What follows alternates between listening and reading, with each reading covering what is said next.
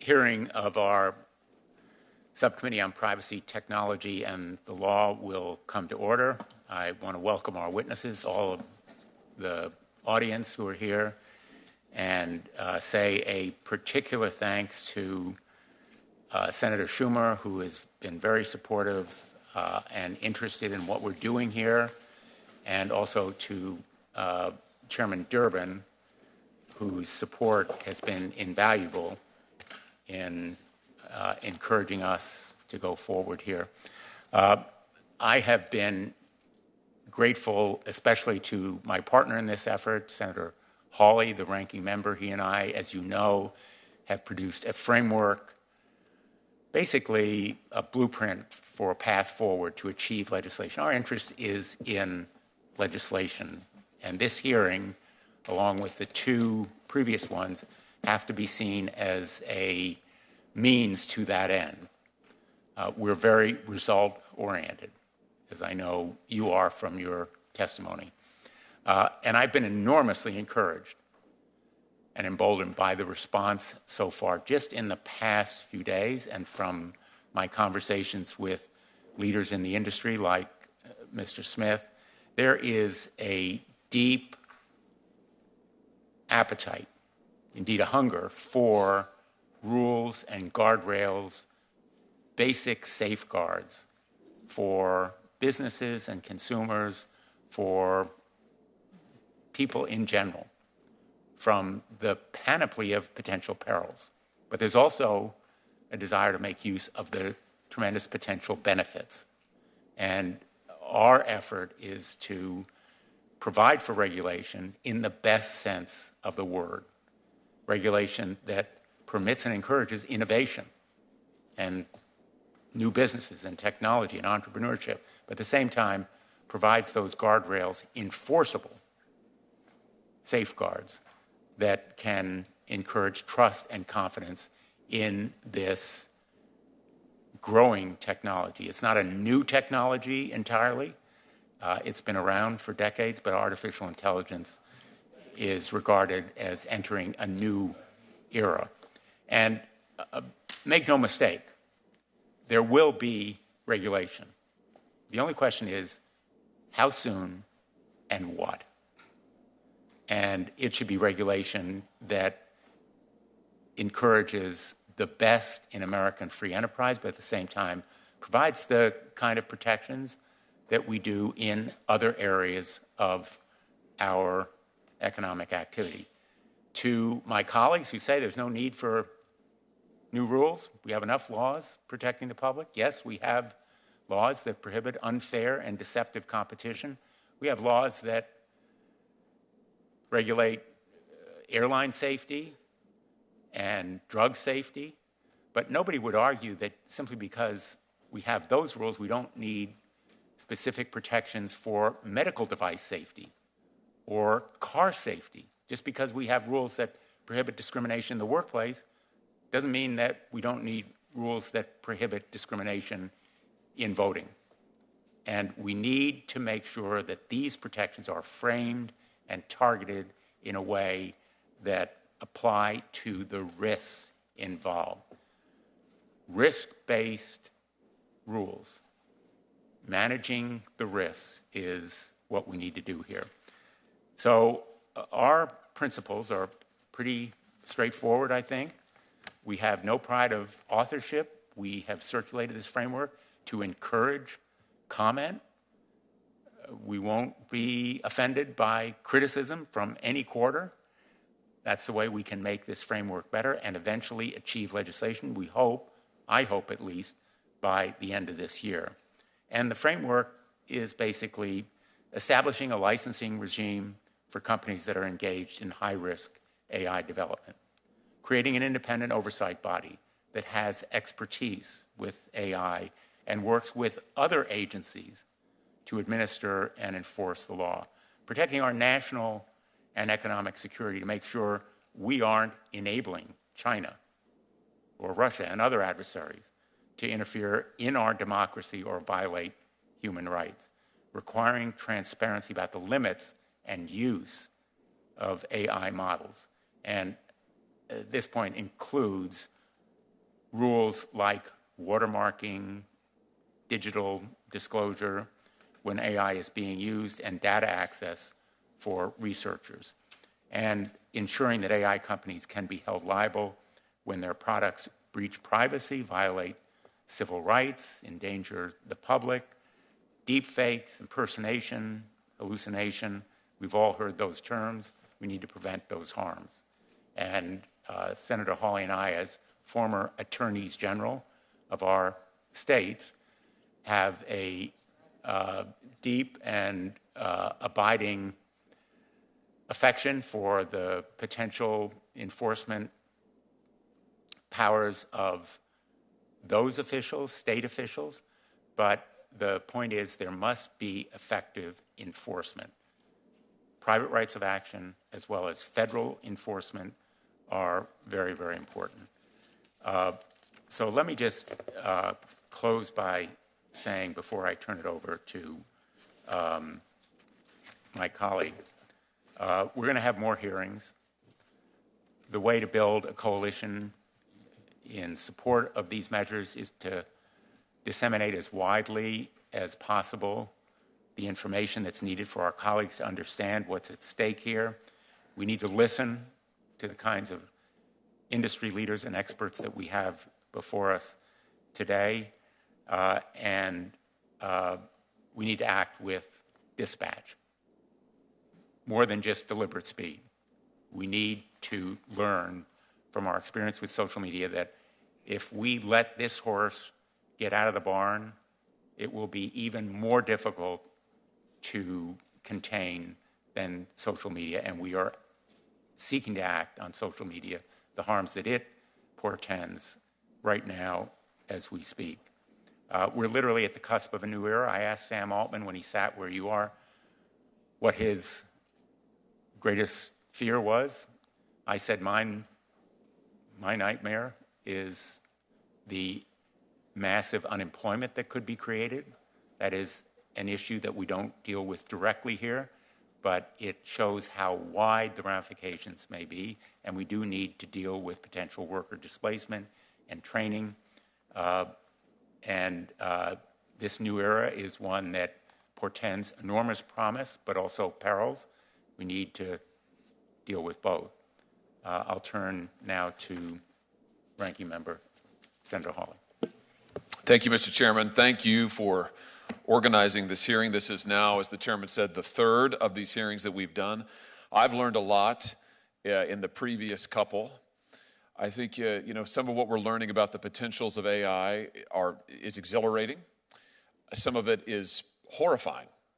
And I think what I hear the chairman saying, and what I certainly agree with, is we have a responsibility here now to do our part to make sure that this new technology, which holds a lot of promise but also peril, actually works for the American people, that it's good for working people, that it's good for families, that we don't make the same mistakes that Congress made with social media, where 30 years ago now, Congress basically outsourced social media to the biggest corporations in the world, and that has been, I would submit to you, nearly an unmitigated disaster, where we have had the biggest, most powerful corporations, not just in America, but on the globe and in the history of the globe, doing whatever they want with social media, running experiments basically every day on America's kids, inflicting mental health harms the likes of which we've never seen, messing around in our elections in a way that is deeply, deeply corrosive to our way of life. We cannot make those mistakes again. So we are here, as Senator Blumenthal said, to try to find answers and to try to make sure that this technology is something that actually benefits the people of this country. I have no doubt, with all due respect to the corporatists who are in front of us, those heads of these corporations, I have no doubt it's going to benefit your companies. What I want to make sure is that it actually benefits the American people. And I think that's the task that we're engaged in. I look forward to this today. Thank you, Mr. Chairman. Thank you. I want to introduce our witnesses, and then, as is our custom, I will swear them in and ask them to submit their testimony. Welcome to all of you. William Dally is Nvidia's chief scientist. He joined NVIDIA in January 2009 as chief scientist after spending 12 years at Stanford University, where he was chairman of the computer science department. He has published over 250 papers. He holds 120 issued patents, and he's the author of 4 textbooks. Brad Smith is vice chair and president of Microsoft. As Microsoft's vice chair and president, he is responsible for spearheading the company's work and representing it publicly in a wide variety of critical issues involving the intersection of technology and society, including artificial intelligence, cybersecurity, privacy, environmental sustainability, human rights, digital safety, immigration, philanthropy, and products and business for nonprofit customers. And we appreciate your being here. Professor Hartzog, Woodrow Hartzog, is professor of law and class of 1960s scholar at Boston University School of Law. He's also a non-resident fellow at the Cordell Institute of Policy and Medicine and Law at Washington University, a faculty associate at the Berkman Klein Center for Internet and Society at Harvard University, and an affiliate scholar at the Center for Internet and Society at Stanford Law School. I could go on about each of you at much greater length with all your credentials, but suffice it to say, very impressive. And if you now stand, I'll administer the oath. Do you solemnly swear that the testimony you're about to give is the truth, the whole truth, and nothing but the truth? So help you God. Thank you.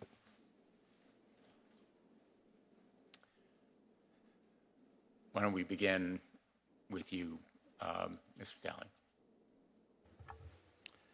Chairman Blumenthal, Ranking Member Hawley, esteemed Judiciary Committee members, thank you for the privilege to testify today. I'm NVIDIA's Chief Scientist and Head of Research, and I'm delighted to discuss our artificial intelligence journey and future. NVIDIA is at the forefront of accelerated computing and generative AI, technologies that have the potential to transform industries, address global challenges, and profoundly benefit society. Since our founding in 1993, we have been committed to developing technology to empower people and improve the quality of life worldwide. Today, over 40,000 companies use NVIDIA platforms across media and entertainment, scientific computing, healthcare, financial services, internet services, automotive and manufacturing to solve the world's most difficult challenges and bring new products and services to consumers worldwide. At our founding in 1993, we were a 3D graphics startup, one of dozens of startups competing to create an entirely new market for accelerators to enhance computer graphics for games. In 1999, we invented the Graphics Processing Unit, or GPU, which can perform a massive number of calculations in parallel. When we launched the GPU for high-end gaming, we recognized that GPUs could theoretically accelerate any application that could benefit from massively parallel processing. And this bet paid off. Today, researchers worldwide innovate on NVIDIA GPUs. Through our collective efforts, we have made advances in AI that will revolutionize and provide tremendous benefits to society across sectors such as healthcare, medical research, education, business, cybersecurity, climate, and beyond. However, we also recognize that like any new product or service, AI products and services have risks, and those who make and use or sell AI-enabled products and services are responsible for their conduct.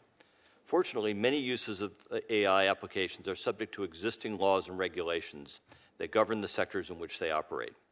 AI-enabled services in high-risk sectors could be subject to enhanced licensing and certification requirements when necessary, while other applications with less risk of harm may need less stringent licensing and/or regulation. With clear, stable, and thoughtful regulation, AI developers will work to benefit society while making products and services as safe as possible. For our part, NVIDIA is committed to the safe and trustworthy development and deployment of AI.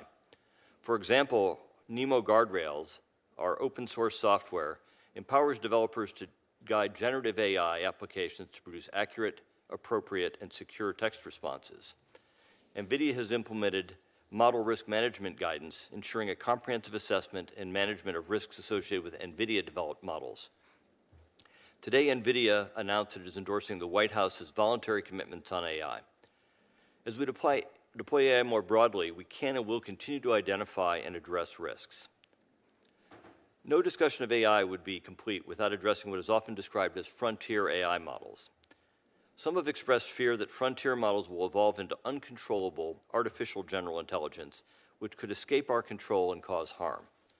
Fortunately, uncontrollable artificial general intelligence is science fiction, not reality. At its core, AI is a software program that is limited by its training, the inputs provided to it, and the nature of its output. In other words, humans will always decide how much decision-making power to cede to AI models. So long as we are thoughtful and measured, we can ensure safe, trustworthy, and ethical deployment of AI systems without suppressing innovation. We can spur innovation by ensuring that AI tools are widely available to everyone, not concentrated in the hands of a few powerful firms. I will close with two observations. First, the AI genie is already out of the bottle. AI algorithms are widely published and available to all. AI software can be transmitted anywhere in the world at the press of a button, and many AI development tools, frameworks, and foundational models are open sourced. Second, no nation, and certainly no company, controls a choke point to AI development. Leading U.S. computing platforms are competing with companies from around the world, while U.S. companies may currently be the most energy efficient, cost efficient, and easiest to use, they are not the only viable alternatives for developers abroad. Other nations are developing AI systems with or without U.S. components, and they will offer those applications in the worldwide market. Safe and trustworthy AI will require multilateral and multi-stakeholder cooperation, or it will not be effective.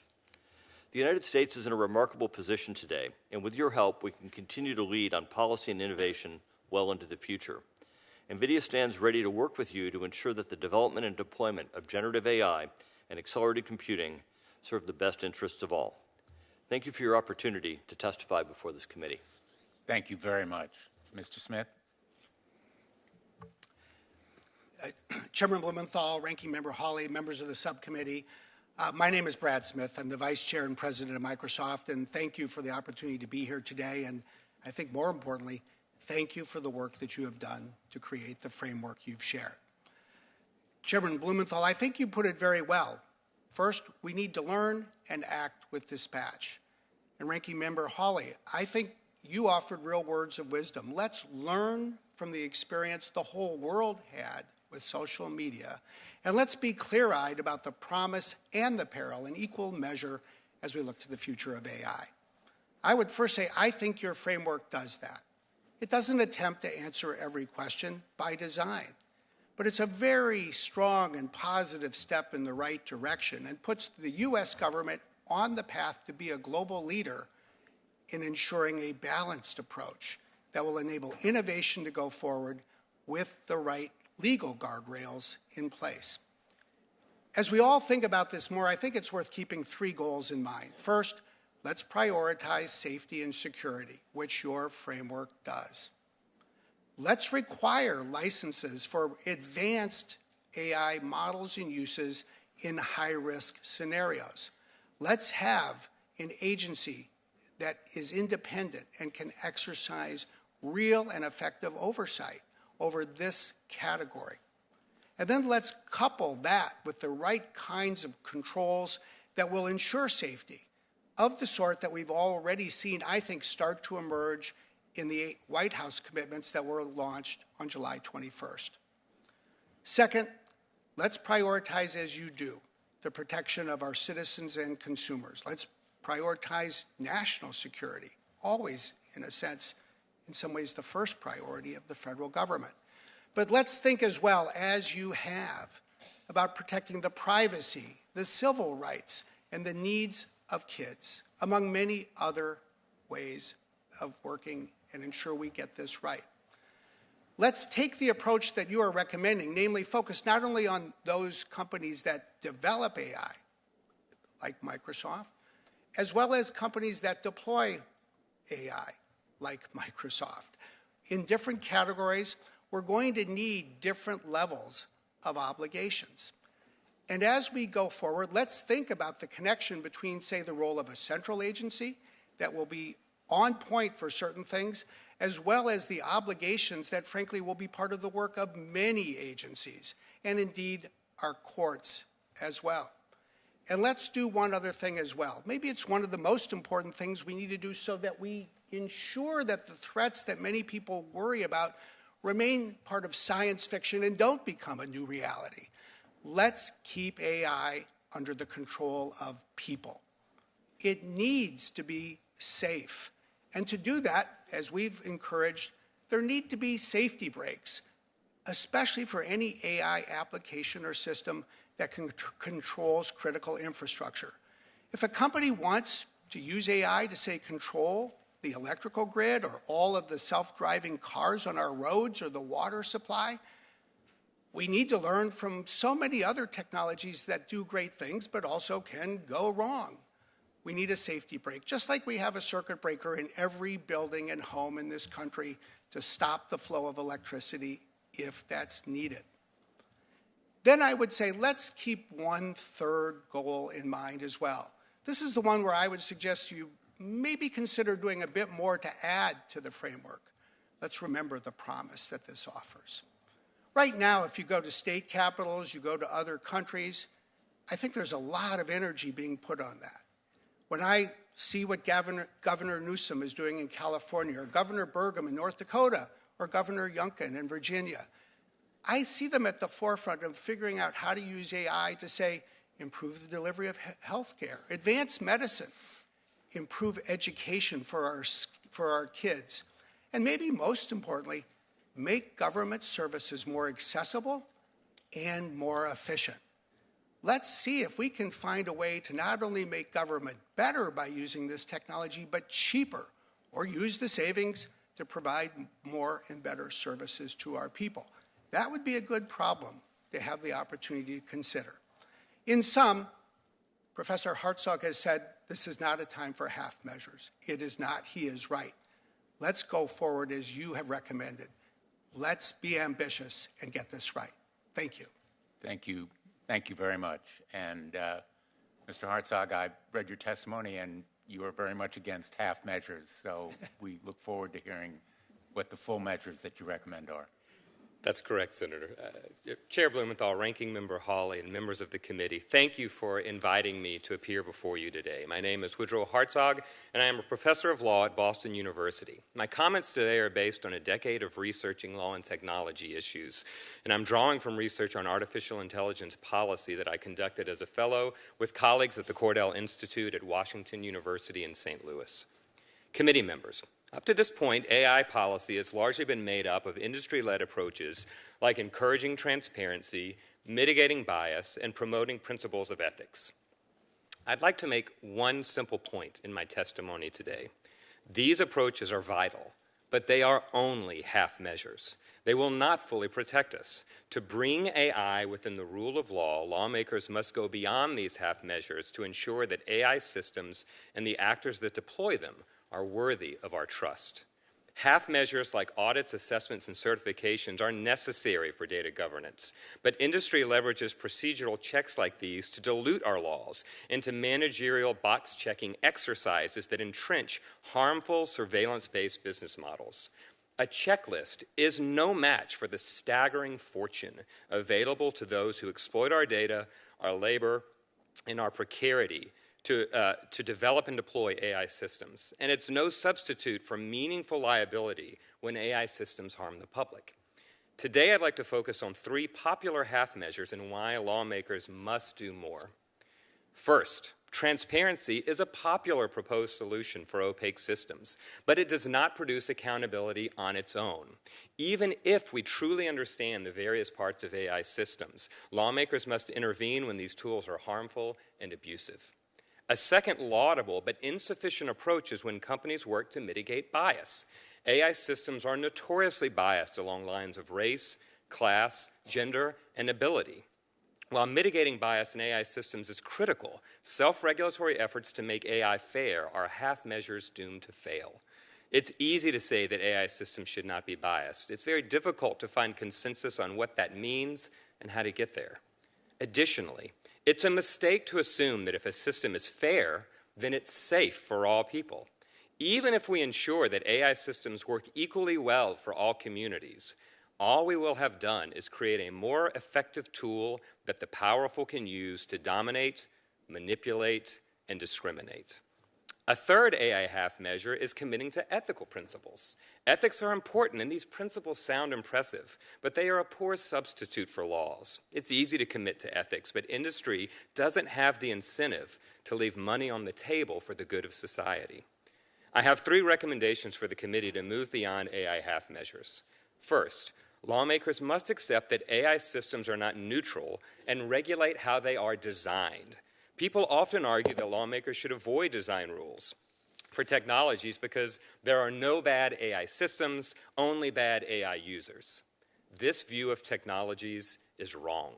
There is no such thing as a neutral technology, including AI systems. Facial recognition technologies empower the watcher. Generative AI systems replace labor. Lawmakers should embrace established theories of accountability, like product liability's theory of defective design or consumer protections theory of providing the means and instrumentalities of unfair and deceptive conduct.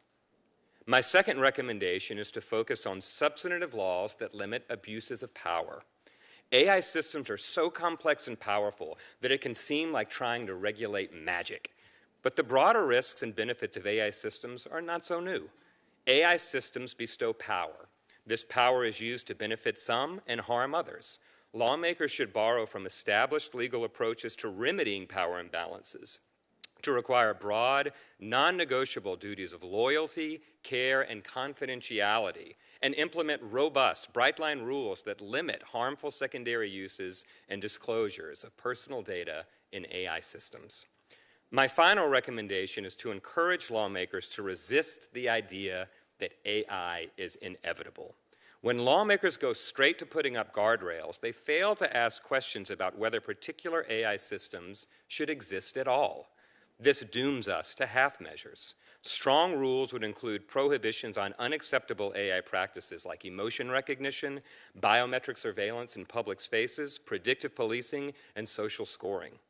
In conclusion, to avoid the mistakes of the past, lawmakers must make the hard calls. Trust and accountability can only exist where the law provides meaningful protections for humans, and AI half measures will certainly not be enough. Thank you, and I welcome your questions.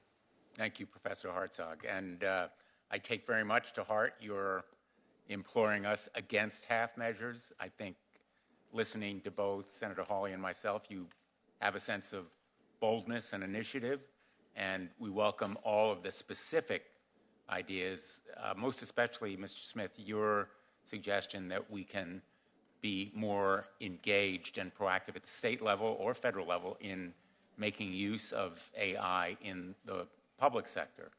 But taking the thought that Professor Hartzog has so importantly introduced, AI technology in general is not neutral. How do we safeguard against the downsides of AI, whether it's discrimination or surveillance? Will this licensing regime and oversight entity be sufficient, and what kind of powers do we need to give it? Well, I would say, first of all, I think that a licensing regime is indispensable in certain high-risk scenarios, but it won't be sufficient to address every issue. But it's a critical start. Because I think what it really ensures is, especially, say, for the frontier models, the most advanced, as well as certain applications that are highest risk, frankly, you do need a license from the government before you go forward. And that is real accountability. You can't drive a car until you get a license. You can't make the model or the application available until you pass through that gate. I do think that it would be a mistake to think that one single agency or one single licensing regime would be the right recipe to address everything, especially when we think about the harms that we need to address. And that's why I think it's equally critical that every agency in the government that is responsible for the enforcement of the law and the protection of people's rights master the capability to assess AI. I don't think we want to move the approval of every new drug from the FDA to this agency. So by definition, the FDA is going to need, for example, to have the capability to assess AI. That would be just one of several additional specifics that I think one can think about. I think that's a really important point, because AI is going to be used in making automobiles, making airplanes, making toys for kids. So the FAA, the FDA, the Federal Trade Commission, the Consumer Product Safety Commission, they all have presently existing rules and regulations, but there needs to be an oversight entity that uses some of those rules and adapts them and adopts new rules so that those harms can be prevented. And there are a lot of different names we could call that entity. Connecticut now has an Office of Artificial Intelligence. You could use different terms, but I think the idea is that we want to make sure that the harms are prevented through a licensing regime focused on risk. Mr. Daly, you said that autonomous AI is science fiction. AI beyond human control is science fiction. But science fiction has a way of coming true. And I wonder whether that is a potential fear. Certainly, it is one that's widely shared at the moment. Whether it's fact-based or not, it is in the reality of human perception. And as you well know, trust and confidence are very, very important. So I wonder how we counter the perception and prevent the science fiction from becoming reality. So what I said is that artificial general intelligence that gets out of control is science fiction, not autonomous. We use artificial intelligence, for example, autonomous vehicles all the time. I think the way we make sure that we have control over AI of all sorts is by, for any really critical application, keeping a human in the loop. AI is a computer program. It takes an input, it produces an output, and if you don't connect up something that can cause harm to that output, it can't cause that harm. And so anytime that there is some grievous harm that could happen, you want a human being between the output of that AI model and the causing of harm. And so I think as long as we're careful about how we deploy AI to keep humans in the critical loops, I think we can assure that the AIs won't take over and shut down our power grid or cause airplanes to fall out of the sky. We can keep control over them. Thank you. I have a lot more questions, but we're going to adhere to 5-minute rounds. We have a very busy day, as you know, with votes, as a matter of fact. And I'll turn to Senator Hawley. Thank you, Mr. Chairman. Thanks again to the witnesses for being here. I want to particularly thank you, Mr. Smith. I know that there's a group of other of your colleagues, your counterparts in industry who are gathering, I think, tomorrow. And that is what it is. But I appreciate you being willing to be here in public and answer questions in front of the press is here, and this is open to anybody who wants to see it. And I think that's the way that this ought to be done. I appreciate you being willing to do that. You mentioned protecting kids. I just want to start with that, if I could. I want to ask you a little bit about what Microsoft has done and is doing. Kids use your Bing chatbot. Is that fair to say? Yes, we have certain age controls, so we don't let a child of any age. But yes, in general, it is possible for children to register if they're of a certain age. And the age is? I'm trying to remember as I sit here. I think it's 13. Does that sound right? Maybe something I was going to say 12 or 13. I'll take it to 13. Do you have some sort of age verification? I mean, how do we know what age? I mean, obviously the kid can put in whatever age he or she wants to. Is there some form of age verification for Bing? We do have age verification systems that then involve typically getting permission from a parent, and we use this across our services, including for gaming. I don't remember off the top of my head exactly how it works, but I'd be happy to get you the details. Great. My impression is that Bing Chat doesn't really have an enforceable age verification. I mean, there's no way really to know. But again, you correct me if that's wrong. Let me ask you this. What happens to all of the information that our hypothetical 13-year-old is putting into the tool as it's having this chat? I mean, they could be chatting about anything and going back and forth on any number of subjects. What happens to that info that the kid puts in? Well, the most important thing I would say first is that it all is done in a manner that protects the privacy of children. And how is that? Well, we follow the rules in COPPA, which, as you know, exists to protect child online privacy. And it forbids using it for tracking. It forbids its use for advertising or for other things. It seeks to put very tight controls around the use and the retention of that information. The second thing I would just add to that is, in addition to protecting privacy, we are hyper-focused on ensuring that, in most cases, people of any age, but especially children, are not able to use something like Bing Chat in ways that would cause harm to themselves or to others. And how do you do that? We basically have a safety architecture that we use across the board. Think about it like this. There's two things around a model. The first is called a classifier, so that if somebody asks, how can I commit suicide tonight? How can I blow up my school tomorrow? That hits a classifier that identifies a class of questions or prompts or issues. And then second, there's what we call meta prompts. And that we intervene so that the question is not answered. If someone asks how to commit suicide, we typically would provide a response that encourages someone to get mental health assistance and counseling and tells them how. If somebody wants to know how to build a bomb, it says, no, you cannot use this to do that. And that fundamental safety architecture is going to evolve. It's going to get better. But in a sense, it's at the heart, if you will, of both what we do and I think the best practices in the industry. And I think part of what this is all about, that we're talking about here, is how we take that architectural element and continue to strengthen it. Very good. That's helpful. Let me ask you about the information, back to the kids' information for a second. Is it stored in the United States? Is it stored overseas? If the child is in the United States, the data is stored in the United States. That's true not only for children, it's for adults as well. And who has access to that data? The child has access. If the parents may or may not have access. Typically, we give. In what circumstances would the parents have access? I would have to go get you the specifics on that. Our general principle is this, and this is something we've implemented in the United States, even though it's not legally required in the United States. It is legally required, as you may know, in Europe. People, we think, have a right to find out what information we have about them. They have the right to see it. They have the right to ask us to correct it if it's wrong.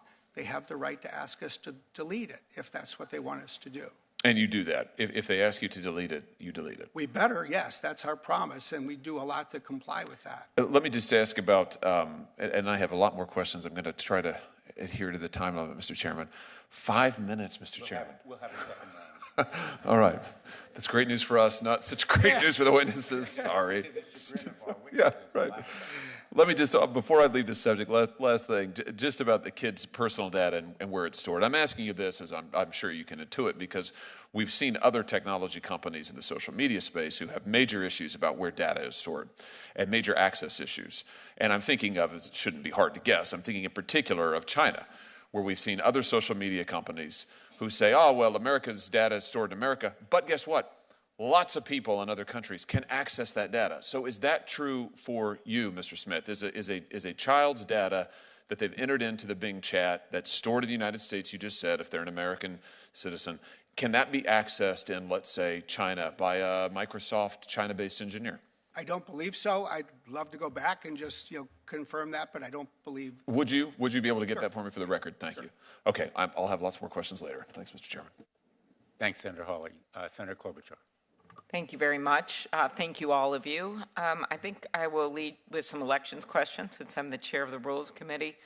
Mr. Smith, in your written testimony, you talked about how watermarks could be helpful disclosure of AI material. As you know, and we've talked about, I have a bill that I lead that Representative Clark leads in the House to require disclaimer and some kind of mark on AI-generated ads. I think we have to go further. We'll get to that in a minute, Professor Hartzog. But could you talk about what you mean by, in your written testimony, the health of democracy and meaningful civic discourse will undoubtedly benefit from initiatives that help protect the public against deception or fraud facilitated by AI-generated conduct? Absolutely. And here I do think things are moving quickly, both in a positive and a worrisome direction in terms of what we're seeing. On the positive side, I think you're seeing the industry come together. You're seeing a company like Adobe, I think, exercise real leadership. And there's a recipe that I see emerging. I think it starts with the first principle. People should have the right to know if they're getting a phone call from a computer, from AI, if there's content coming from an AI system rather than a human being.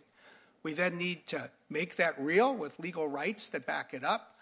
We need to create what's called a provenance system, watermarking for legitimate content, so that it can't be altered easily without our detection to create a deep fake.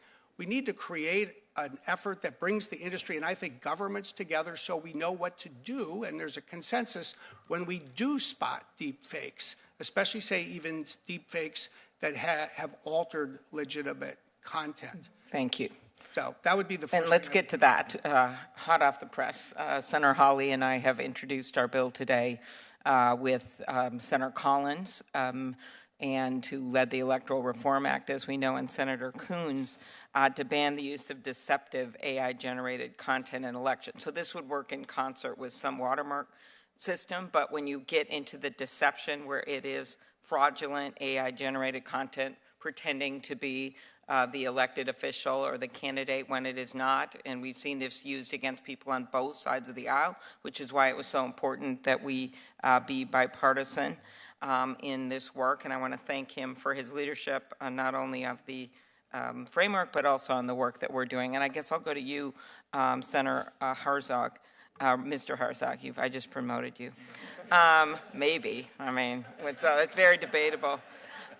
Could you, in your testimony, you advocate for some outright prohibitions, which we're talking about here. Now, we do have, of course, a constitutional exception for satire and humor, because we love satire so much, the senators do. Just kidding. But could you talk about why you believe there has to be some outright ban of misleading AI conduct related to federal candidates in political ads? Talk about that. Sure, absolutely. Thank you for the question. Of course, keeping in mind free expression constitutional protections that would apply to any sort of legislation, I do think that bright line rules around and prohibitions around such deceptive ads are critical because we know that procedural walkthroughs, as I said in my testimony, are often give the veneer of protection without actually protecting us. And so to outright prohibit these practices, I think, is really important. And I would even go potentially a step further and think about ways in which we can prohibit not just those that we would consider to be deceptive, but practices that we would consider even abusive, that leverage our internal limitations and our desire to believe or want to believe things against us. And there's a body of law that sort of runs alongside unfair and deceptive trade practices around abusive trade practices. Okay. All right. Mr. Daly, thinking of that, and I've talked to Mr. Smith about this as well, AI used as a scam. I had someone actually that I know well who has a kid in the Marines who's deployed somewhere where they don't even know where it is. Fake voice calls them, ask for money to be sent somewhere in Texas, I believe. Could you talk about what companies do, and I appreciate the work you've done, to ensure that AI platforms are designed so they can't be used for criminal purposes? Because that's got to be part of the work that we do. Yeah. Because it's not just scams against elected officials. Yeah. Well, I think the best measures against deep fakes, and Mr. Smith mentioned it in his testimony, is the use of provenance and authentication systems where you can have authentic images, authentic voice recordings signed by the device, whether it's a camera or an audio recorder that has recorded that voice, and then when it's presented, it can be authenticated as being genuine and not a deep fake. That's sort of the flip side of watermarks, which would require that anything that is synthetically generated be identified as such. And those two technologies in combination can really help people sort out, along with a certain amount of public education, to make sure people understand what the technology is capable of and are on guard for that. But it can help them sort out what is real from what is fake. Okay. Last, Mr. Smith, back where I started here. Some AI platforms use local news content without compensating journalists and papers, including by using their content to train AI algorithms. The Journalism Competition and Preservation Act, a bill I have with Senator Kennedy, would allow local news organizations to negotiate with online platforms, including generative AI platforms, that use their content without compensation. Could you talk about the impacts that AI could have on local journalism? You talked about in your testimony about the importance of investment in quality journalism, but we're getting at, we've got to find a way that we make sure that the people who are actually doing the work are compensated in many ways, but also in journalism. Mr. Smith. I would just say three quick things. Number one, look, we need to recognize that local journalism is fundamental to the health of the country and the electoral system, and it's ailing. So we need to find ways to preserve and promote it. Number two, generally, I think we should let local journalists and publications make decisions about whether they want their content to be available for training or grounding and the like. And that's a big topic, and it's worthy of more discussion. And we should certainly let them, in my view, negotiate collectively, because that's the only way local journalism is really going to negotiate effectively. I appreciate your words. You want to add one thing? I'm going to get in trouble from Senator Blumenthal here. Go ahead. No, but then I will just say, and there are ways that we can use AI to help local journalists, and we're interested in that too. So let's add that to the list. Okay, very good. And thank you again, both of you. I talked about Senator Hawley's work, but you, Senator Blumenthal, for your leadership. Thank you very much. Thank you for yours, Senator Klobuchar. Senator Hirono. Thank you, Mr. Chairman. Mr. Smith, it's good to see you again. So every time we have one of these hearings, we learn something new, but the conclusion I've drawn is that AI is ubiquitous. Anybody can use AI. It can be used in any endeavor. So when I hear you folks testifying about how we shouldn't be taking half measures, I'm not sure what that means. What does it mean not taking half measure on something as ubiquitous as AI, where there are other regulatory schemes that can touch upon those endeavors that use AI? So, there's always the question I have of when we address something as complex as how AI is looking, that there are unintended consequences that we should care about. Would you agree? Anybody? Mr. Smith? I would absolutely agree. I think we have to define what's a full measure and what's a half measure, but I bet we can all agree that half measures are not good enough. Well, that is the thing, how to recognize, going forward, what is actually going to help us with this powerful tool. So I have a question for you, Mr. Smith. It is a powerful tool that can be used for either good, or it can also be used to spread a lot of disinformation and misinformation, and that happened during the disaster on Maui. And Maui residents were subject to disinformation, some of it coming from foreign governments, i.e. Russia, looking to sow confusion and distrust, including don't sign up for FEMA because they cannot be trusted. And I worry that with AI, such information will only become more rampant with future disasters. Do you share my concern about misinformation in the disaster context and the role AI could play? And what can we do to prevent these foreign entities from pushing out AI disinformation to people who are very vulnerable?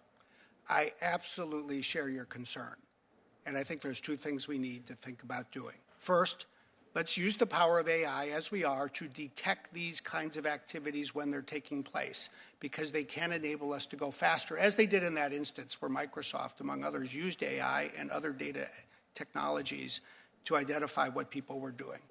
Number two, I just think we need to stand up as a country and with other governments and with the public and say there need to be some clear red lines in the world today, regardless of how much else or what else we disagree about. When you think about what happens typically in the wake of an earthquake or a hurricane or a tsunami or a flood, the world comes together. People are generous. They help provide relief. And then let's look at what happened after the fire in Maui. It was the opposite of that. We had some people, not necessarily directed by the Kremlin, but people who regularly spread Russian propaganda, trying to discourage the people of Lahaina from going to the agencies that could help them. That's inexcusable.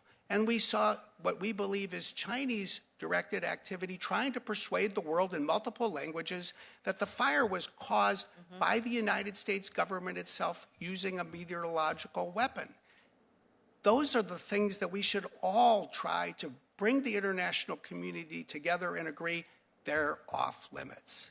Well, how do we identify that this is even occurring, that there is, China or Russia directed misinformation going on? How do we...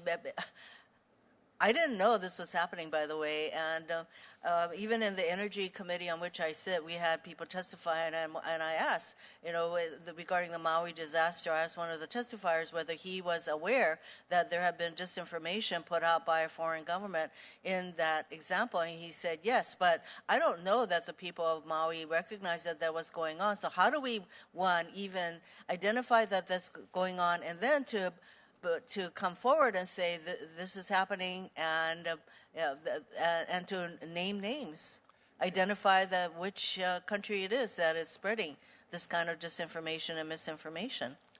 I think we have to think about two things. First, I think we at a company like Microsoft have to lean in, and we are, with data, with infrastructure, with experts, and real-time capability to spot these threats, find the patterns, and reach well-founded conclusions. And then the second thing, this is the harder thing, this is where it's going to need all of your help. What do we do if we find that a foreign government is deliberately trying to spread false information next year in a Senate or presidential campaign about a candidate? How do we create the room so that information can be shared and people will consider it? Yes. You all, with this, the most important word in your framework is bipartisan. How do we create the bipartisan framework so that when we find this, we create a climate where people can listen? I think we have to look at both of those parts of the problem together. Well, I hope we can do that. And Mr. Chairman, if you don't mind, one of the concerns about AI from the worker standpoint is that their jobs will be gone. And Professor Hartzog, you mentioned that that generative AI can result in job losses. And for both you and Mr. Smith, what are the kinds of jobs that will be lost to AI? That's an excellent question. It's difficult to project that into the future, but I would start with saying that not necessarily something that can be automated effectively, but things that I think that those that control the purse strings think could be automated effectively. And if it gets to the point where it appears as though it could, I imagine you'll see industry move in that direction. Mr. Smith, I think you mentioned in your book, which I am listening to, that things like ordering something out of a drive-through, that those jobs could be gone to AI. Yeah, I was 4 years ago, we published our book with my co-author behind me, and we said, what's the first job that we think might be eliminated by AI?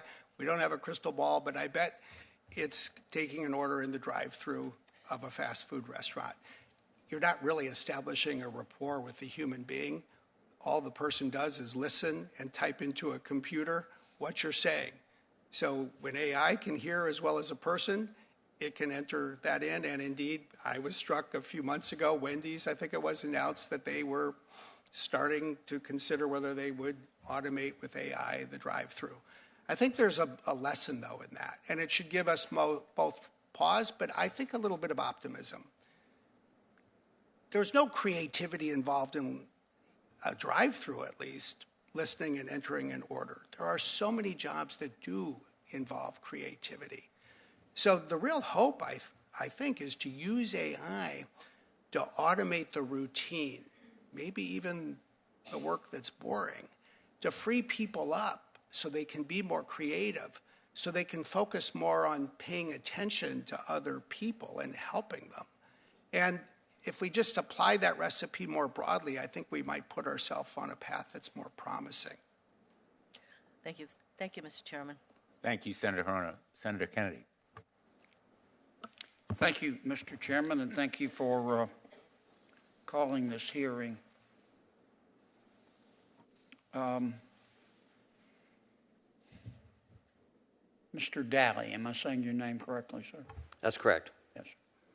Mr. Daly, if I am a recipient of content created by generative AI, do you think I should have a right to know that that content was generated by a robot? Yes, I think you do. I think the details would depend on the context, but in most cases, I think, Okay. I or anybody else, if I receive something, I'd like to know, is this real or was this generated? Mr. Smith? Generally, yes. What I would say is if you're listening to an audio, if you're watching a video, if you're seeing an image and it was generated by AI, I think people have a right to know. The one area where I think there's a nuance is if you're using AI to, say, help you write something. Maybe it's helping you write the first draft. Just as I don't think any of us would say that when our staff helps us write something, we're obliged to give the speech and say, now I'm going to read the paragraph that my staff wrote. You make it your own. And I think the written word is a little more complex, so we need to think that through. But as a broad principle, I agree with that principle. Professor? There are situations where you probably wouldn't expect to be dealing with the product of generative AI, and in those instances... Well, that's the problem. Right. But as times change, it's possible that our expectations change, and so... But as a principle, do you think that people should have a right to know when they're being fed content from generative AI? I tell my students it depends on the context. Generally speaking, if you're vulnerable to generative AI, then the answer is absolutely yes. What do you mean if you're vulnerable? So there may be I'm just looking for, Sure. no disrespect. No, not at all. A straight answer. Absolutely. I kind of like two things, listen. breakfast food and straight answers. I love them. And Well, if a robot is feeding me information and I don't know it's a robot, am I entitled to know it's a robot as a consumer? Pretty straight up. yeah, I think the answer is yes. All right. In a lot of Start back with Mr. Dowley. Am I entitled to know who owns that robot and where that content came from? I know it came from a robot, but somebody had to goose the robot to make it give me that content. Am I entitled as a consumer to know who owns the robot? I think that's a harder question that depends on the particular context. I think, if somebody is feeding me a video and it's been identified as being generated by AI, I now know that it's generated, it's not real. If it's being used, for example, in a political campaign, then I would want to know who But let me stop you. informed it. Let's suppose I'm looking at a video and it was generated by a robot. Would it make any difference to you whether that robot was owned by, let's say, President Biden or President Trump? Don't you want to know in evaluating the content who owns the robot and who prompted it to give you this information? I would probably want to know that. I don't know that I would feel it would be required for me to know that. How about you, Mr. Smith? I'm generally a believer in letting people know not only that it's generated by a computer, but who owns the program that's doing it. The only qualification I would offer, and it's something you all should think about and would know better than me, there are certain areas in political speech where one has to decide whether you want people to act with anonymity. The Federalist Papers were first published under a pseudonym. And I think in the world today, I'd rather have everybody know who's speaking. Okay, But you should think about Professor? I'm afraid I'm going to disappoint you again, Senator, with a not straight answer, but I agree. How do you feel about breakfast food? Right. I am pro-breakfast food. Okay. So we agree on that. I agree with Mr. Smith. I think that there are circumstances where you'd want to preserve anonymous speech, and there are some where you absolutely would want to know who. Okay. Well, I'm not. I don't want to go too over. Obviously, this is an important subject, and the extent to which I think. Let me rephrase that. The extent of most senators' knowledge in terms of the nuances of AI their general impression is that AI has extraordinary potential to make our lives better if it doesn't make our lives worse first. And that's about the extent of it. In my judgment, we're not nearly ready to be able to craft a bill that looks like somebody designed it on purpose. I think we're more likely to take baby steps. And I ask you those questions predictably because Senator Schatz and I have a bill. It's very simple.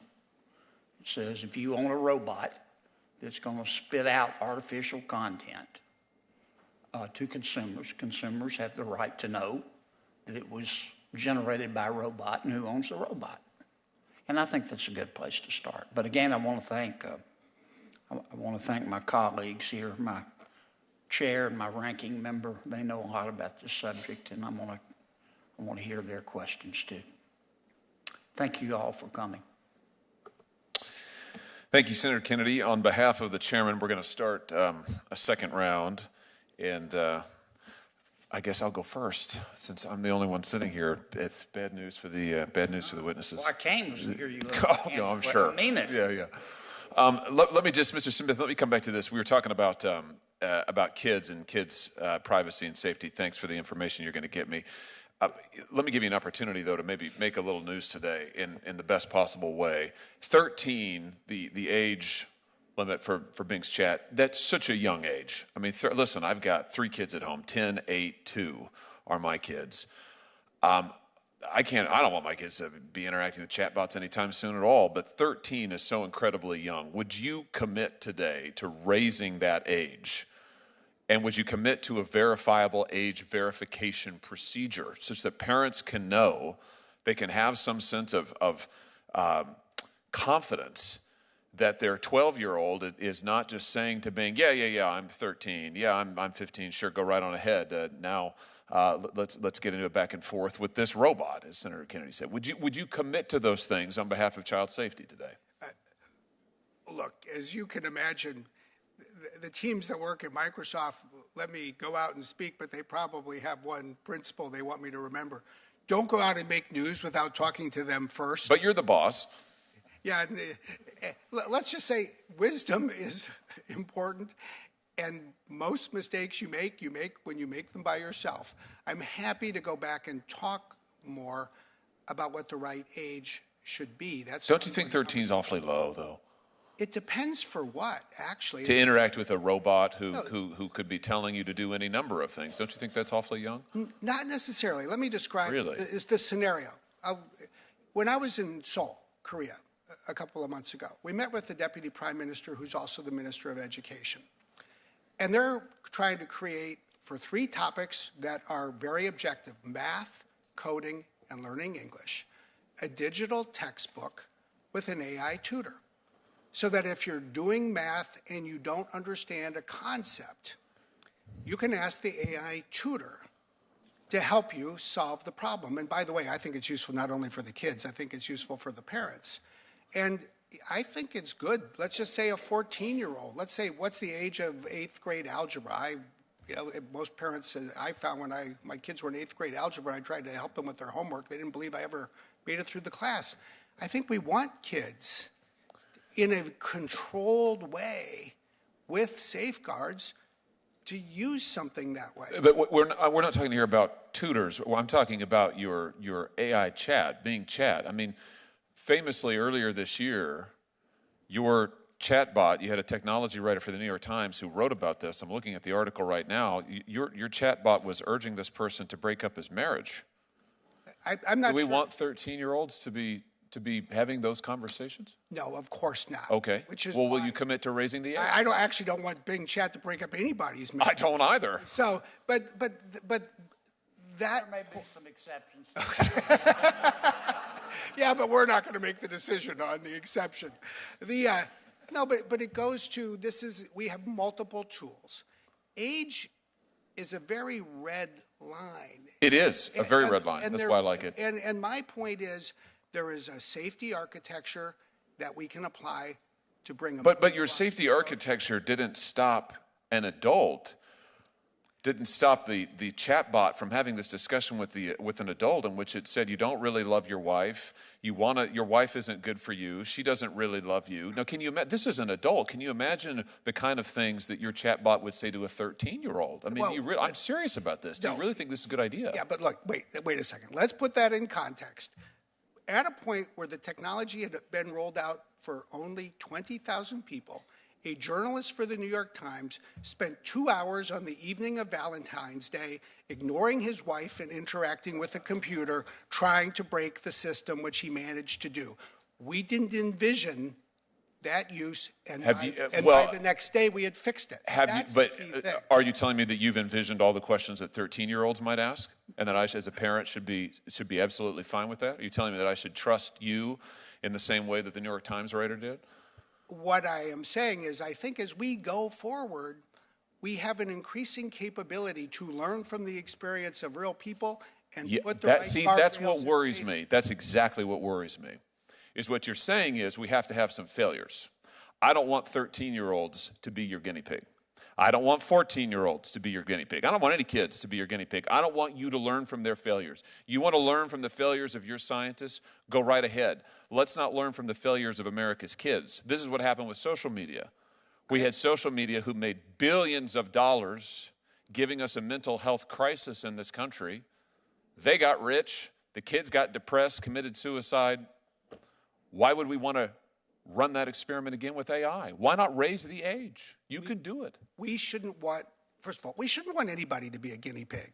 I think that regardless of age or anything else. Good. Well, let's rule kids out right here, right today, right now. No, but let's also recognize that technology does require real users. What's different about this technology, and which is so fundamentally different in my view from the social media experience, is that we not only have the capacity, but we have the will, and we are applying that will to fix things in hours and days. Well, yeah, to fix things after the fact.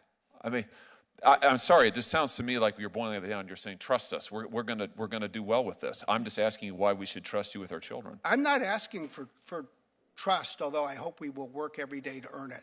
That's why you have a licensing obligation. There isn't a licensing obligation. That's right why now. In your framework, in my view. Well, sure, but I'm asking you, as the president of this company, to make a commitment now for child safety and protection to say, you know what, Microsoft is going to, you can tell every parent in America now, Microsoft is going to protect your kids. We will never use your kids as a science experiment, ever. Never. And therefore, we're not going to target your kids, and we're not going to allow your kids to be used by our chatbots as a source of information if they're younger than 18.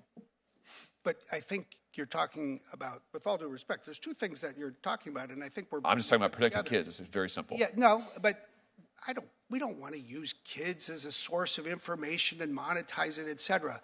But I'm equally of the view, I don't want to cut off an 8th grader today with the right or ability to use this tool that will help them learn algebra or math in a way that they couldn't a year ago. Yeah, well, with all due respect, it wasn't algebra or math that your chatbot was recommending or talking about when it was trying to break up some reporter's marriage. Of course not, but now we're mixing things and no, we're not. We're talking about your chatbot. We're talking about Bing Chat. Of course we're talking about Bing Chat.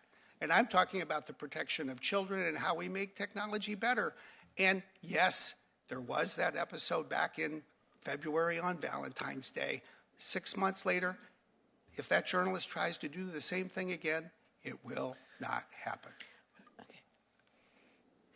You want me to be done, Senator Klobuchar? I just don't want to miss my vote. There's other witnesses. I don't want to miss my vote. Senator Klobuchar. Oh, well, you are very kind. Thank you. Some of us haven't voted yet. So I wanted to turn to you, Mr. Daly. In March, Nvidia announced a partnership with Getty Images to develop models that generate new images using Getty's image library. Importantly, this partnership provides royalties to content creators. Why was it important to the company to partner with and pay for the use of Getty's image library developing generative AI models? Well, at NVIDIA, we believe in respecting people's intellectual property rights and the rights of the photographers who produce the images that our model is trained on and are expecting income from those images, we didn't want to infringe on. So, we did not just scrape a bunch of images off the web to train our model. We partnered with Getty, and we trained our model Picasso. And when people use Picasso to generate images, the people who provided the original content get remunerated. And we see this as a way of going forward in general, where people who are providing the IP that trains these models should benefit from the use of that IP. Okay, and today the White House announced 8 more companies that are committing to take steps to move towards safe, secure, and transparent development of AI. Nvidia is one of those companies. Could you talk about the steps that you've taken and what steps do you plan to take to foster ethical and responsible development of AI? So we've done a lot already. We have implemented our NEMO guardrails so we can basically put guardrails around our own large language model NEMO so that inappropriate prompts to the model don't get a response. If the model inadvertently were to generate something that might be considered offensive, that is detected and intercepted before it can reach the user of the model. We have a set of guidance that we provide for all of our internally generated models and how they should be appropriately used. We provide cards that sort of say where the model came from, what the data set is trained on, and then we test these models very thoroughly, and the testing depends upon the use. So for certain models, we test them for bias, right? Well, we want to make sure that when you refer to a doctor, it doesn't automatically assume it's a him. We test them in certain cases for safety. We have a variant of our NEMO model called BioNEMO that's used in the medical profession. We want to make sure that the advice that it gives is safe. And there are a number of other measures. I could give you a full list if you wanted. Very good, thank you. Professor Hartzog, do you think Congress should be more focused on regulating the inputs and design of generative AI or focus more on outputs and capabilities? Oh, can't the answer, Senator, be both? Of course it can. Certainly. I think that the area that has been ignored, I think up to this point, has been the design and inputs to a lot of these tools. And so to the extent that that area could use some revitalization, I would encourage inputs and outputs, design and uses. Okay, and I suggest you look at these election bills because, as we've all been talking about, I think we have to move quickly on those, and the fact that it's bipartisan has been a very positive thing. So absolutely. I want to just thank Mr. Smith for wearing a purple Vikings tie. I know that that maybe was an AI-generated message that you got to know that this would be a smart move with me after their loss on Sunday. I will remind you they're playing Thursday night. So, as a native of Wisconsin, I can assure you it was an accident. Very good. All right. Thank you, all of you. We have a lot of work to do. Thanks. Senator Blackburn. Thank you, Mr. Chairman. Mr. Smith, I want to come to you first and talk about China and the Chinese Communist Party, the way they have gone about, and we've seen a lot of it on TikTok. They have these influence campaigns that they are running to influence certain thought processes with the American people. I know you all just did a report on China. You covered some of the disinformation, some of the campaigns. So talk to me a little bit about how Microsoft, but then the industry as a whole, can combat some of these campaigns. I think there's a couple of things that we can think more about and do more about. The first is we all should want to ensure that our own products and systems and services are not used, say, by foreign governments in this manner. And I think that there's room for the evolution of export controls and next generation export controls to help prevent that. I think there's also room for a concept that's worked since the 1990s in the world of banking and financial services. It's these know your customer requirements. And we've been advocates for those so that if there is abuse of systems, the company that is offering the service knows who is doing it and is in a better position to stop it from happening.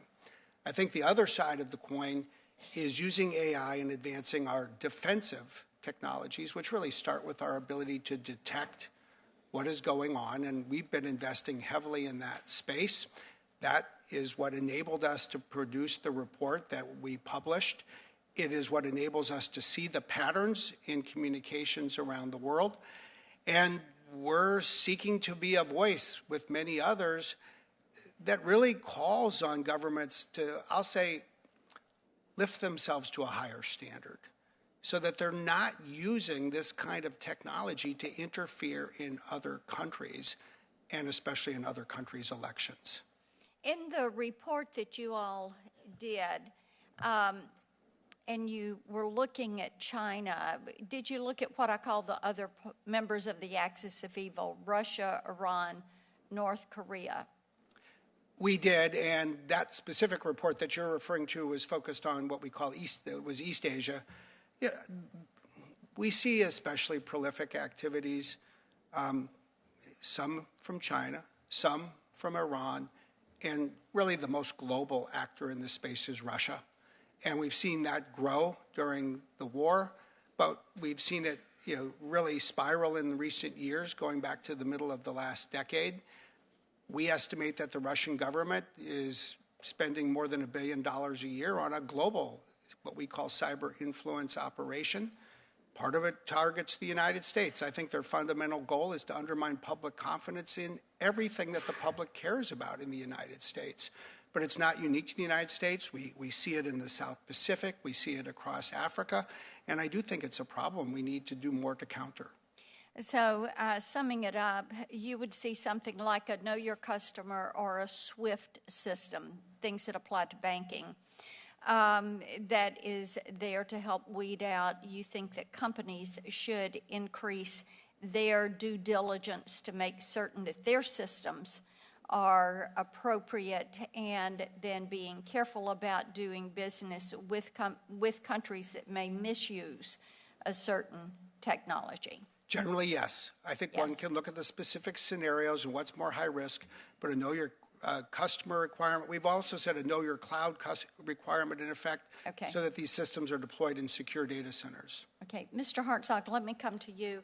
I think one of the things as we look at AI, detrimental impacts, and we don't always want to look at the doomsday scenarios, but we're looking at some of the reports on surveillance, with the CCP surveilling the Uyghurs, with Iran surveilling women.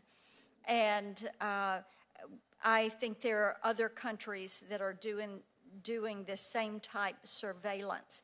So what can you do to prevent that? How do we prevent that?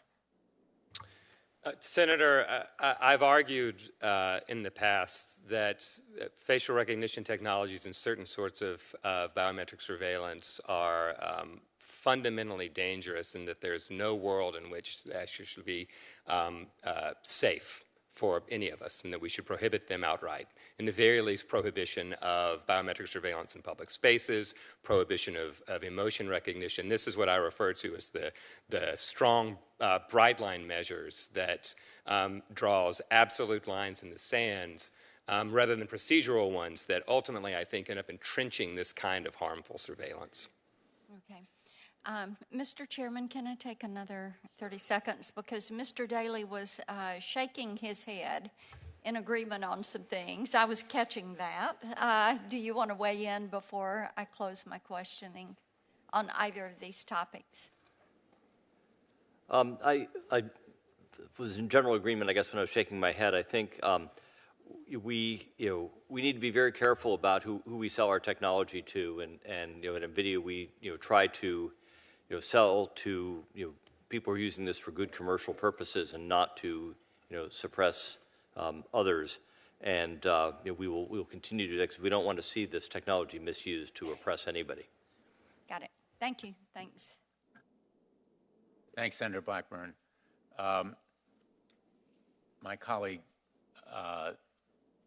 Senator Hawley, mentioned that we have a forum tomorrow, which I welcome. I think anything to aid in our education and enlightenment, our being senators, is a good thing.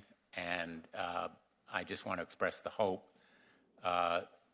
that some of the folks who are appearing in that venue will also cooperate and appear before this subcommittee. We will certainly be inviting more than a few of them, and I want to express my thanks to all of you for being here, but especially to Mr. Smith, who has to be here tomorrow to talk to my colleagues privately, and our effort is complementary, not contradictory to what Senator Schumer is doing, as you know.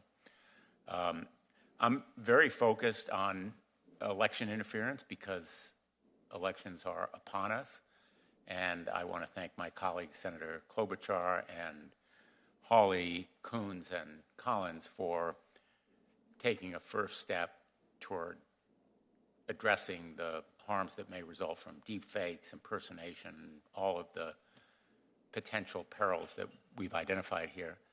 And it seems to me that authenticating the truth or ads that embody true images and voices is one approach, and then banning the deepfakes and impersonations is another approach. And obviously banning anything in the public realm in public discourse endangers running afoul of the First Amendment, which is why disclosure is often the remedy that we seek, especially in campaign finance. So maybe I should ask all of you whether you see that banning certain kinds of election interference, and Mr. Smith, you raised the specter of foreign interference and the frauds and scams that could be perpetrated as they were in 2016. And I think it is one of those nightmares that should keep us up at night, because we are an open society. We welcome free expression, and AI is a form of expression, whether we regard it as free or not, and whether it's generated and high risk or simply touching up some of the background in a TV ad. Maybe you can each of you talk a little bit about what you see the potential remedies there. Mr. Dowling? So I think it is a grave concern with the election season coming up that the American public may be misled by deep fakes of various kinds. I think, as you mentioned, that the use of provenance to authenticate a true image or voice at its source and then tracking that to its deployment will let us know what a real image is. And if we insist on AI content, AI-generated content being identified as such, then people are at least tipped off that this is generated and not the real thing. I think that we need to avoid, having some, especially foreign entity interfere in our elections. But at the same time, AI-generated content is speech, and I think it would be a dangerous precedent to try to ban something. I think it's much better to have disclosure, as you suggested, than to ban something outright. Mr. Smith? Three thoughts. Number one, 2024 is a critical year for elections, not only in this country, but it's not only for the United States, it's for the United Kingdom, for India, across the European Union. More than 2 billion people will vote for who is going to represent them. And so this is a global issue for the world's democracies. Number two, I think you're right to focus in particular on the First Amendment, because it's such a critical cornerstone for American political life and the rights that we all enjoy. And yet I will also be quick to add, I don't think the Russian government qualifies for protection under the First Amendment. And if they're seeking to interfere in our elections, then I think that the country needs to take a strong stand, and a lot of thought needs to be given as to how to do that effectively. But then number three, and this I think goes to the heart of your question and why it's such a good one, I think it's going to require some real thought, discussion, and an ultimate consensus to emerge, let me say, around one specific scenario. let's imagine for a moment that there is a video that involves a presidential candidate that originally was giving a speech. And then let's imagine that someone uses AI to put different words into the mouth of that candidate and uses AI technology to perfect it to a level that it is difficult for people to recognize as fraudulent. Then you get to this question, what should we do? And at least as I've been trying, and we've been trying to think this through, I think we have two broad alternatives.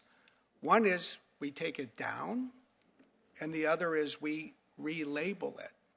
If we do the first, then we're acting as censors, and I do think that makes me nervous. I don't think that's really our role to act as censors, and the government really cannot, I think, under the First Amendment. But relabeling to ensure accuracy, I think that is probably a reasonable path. But really what this highlights is the discussion still to be had, and I think the urgency for that conversation to take place. And I will just say, and then I want to come to you, Professor Hartzog, that I agree emphatically with your point about the Russian government or the Chinese government or the Saudi government as potential interferers. They're not entitled to the protection of our Bill of Rights when they are seeking to destroy those rights and purposefully trying to take advantage of a free and open society to, in effect, decimate our freedoms.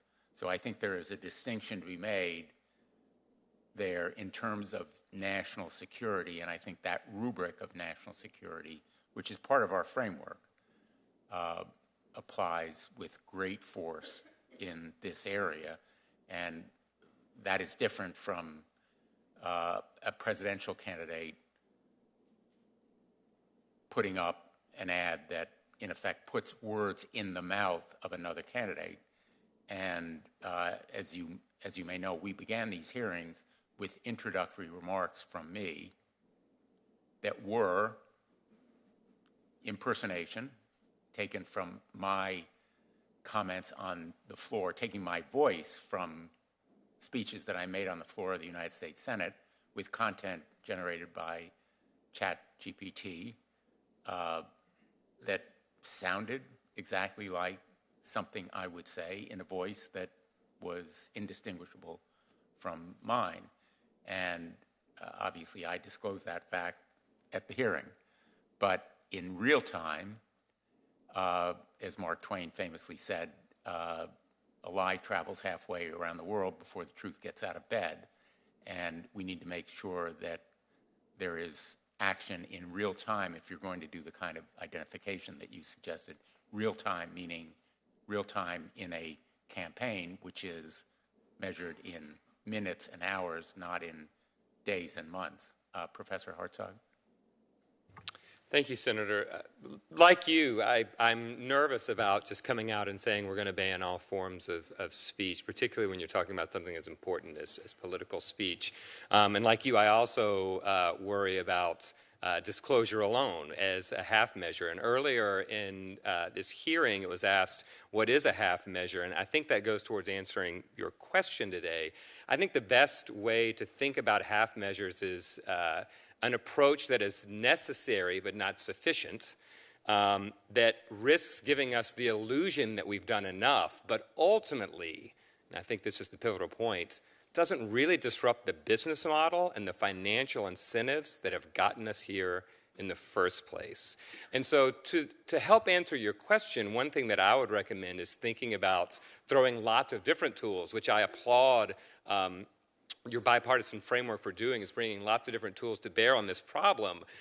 Thinking about the role that surveillance advertising plays in powering a lot of these harmful technologies and ecosystems that doesn't allow the system, the lie just to be created, but flourish and to be amplified. And so I would think about rules and safeguards that we could do to help limit those financial incentives, borrowing from standard principles of accountability, things like we use disclosures where it's effective. If it's not effective, you have to make it safe.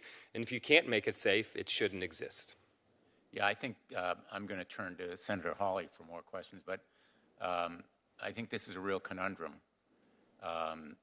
We need to do something about it. We need more than half measures. We can't delude ourselves by thinking with a false sense of comfort that we've solved the problem if we don't provide effective enforcement. And to be very blunt, the Federal Elections Commission often has been less than fully effective, a lot less than fully effective in enforcing rules relating to campaigns.